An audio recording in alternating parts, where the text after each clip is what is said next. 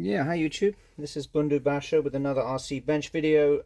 This time I have on the bench the Traxxas Rustler 4x4, which has been upgraded to VXL. You can buy the VXL version or you can buy the 4x4 and upgrade it. I believe there's a two-wheel drive version as well. I like 4x4 because I like playing with the differentials. So there are two, there's a front and a rear differential. In the center is a slipper clutch. You can get a differential in the center too. If you are new to this car and you've just bought this vehicle, there are some things that you should know. Your car will not look like this. This is an upgraded version, maybe overly upgraded. There were some things I upgraded that weren't necessarily essential. If you've just bought the Rustler 4x4, go out, drive it, rag it like crazy. Just consider a few things. I would upgrade, if I were you, some core components that will make a big difference. I think, for example, the drive shaft here, both of the front and the rear, is key. They broke quite easily for me quite early on. I went with the aluminum front and rear aluminum arms. I can recommend that. The plastic ones broke quite quickly too. One of the key components that I like a lot is these spindles, which will make all the difference. They break quite quickly. Aluminum is worth it, $20 or so, and then you have pretty much something that's not going to break.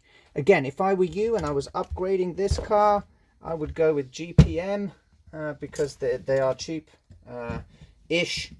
And their stuff is quite good. They're for a company from Hong Kong, and they make nice products. I went also with the towers as well.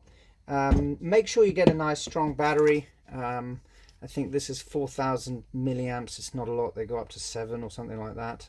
But I find that 20 minutes for me driving this is sufficient before I like to drive one of my other ones. I would not get slick tires if I were you. Some mistakes that I've made were to get slicks, no need. Body, no need. Yeah, it's a bummer to get on and off. You know, everyone's talking about this, ripping this thing off. It's lasted. I was new. This is my first car, so when I got it, I did this drywall, and it seemed to have held up quite well. It probably needs another layer by now. But you can rag that. You can get a new one and just keep the plastic parts inside. It's cheaper. And then what else? Wheelie bar is critical. This car is going to want to do crazy wheelies off the bat. I like this as T-bone racing. So some aftermarket companies that you may want to know about if you're new are GPM from Hong Kong, very good. T-bone racing, kind of essential, basic front and rear bumper people that just make the best bumpers for most RC cars. Go for it, worth the investment. These things are gonna hit stuff and you want them to be able to flex and move and not break your car. The other thing I went with is the GTR shocks, both front and rear.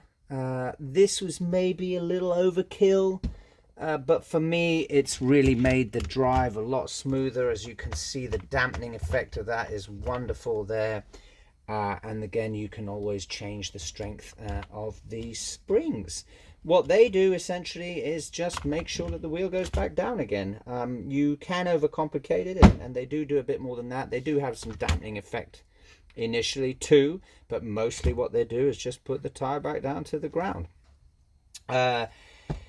The ESC and motor are fine for what you're going to put it through. I wouldn't necessarily change these from the VXL unless you have the 2-cell brushed version. Then you can go with the 3-cell ESC capable 3-cell capable ESC and motor. Otherwise, this is a great truck. It's very low to the ground. I tend to use it more of a street truck. It is a 4x4 off-road vehicle, but I find that because of its height off the ground, it tends to be better for me on the street. But I have larger off-road vehicles that I do my off-roading with. So, good car, cheap parts, necessary to upgrade from the beginning, I would say. If you're interested in learning more about the car, let it break and then fix it. If you just want to make sure it stays on the road as long as possible, change a few of the key things that I have just mentioned.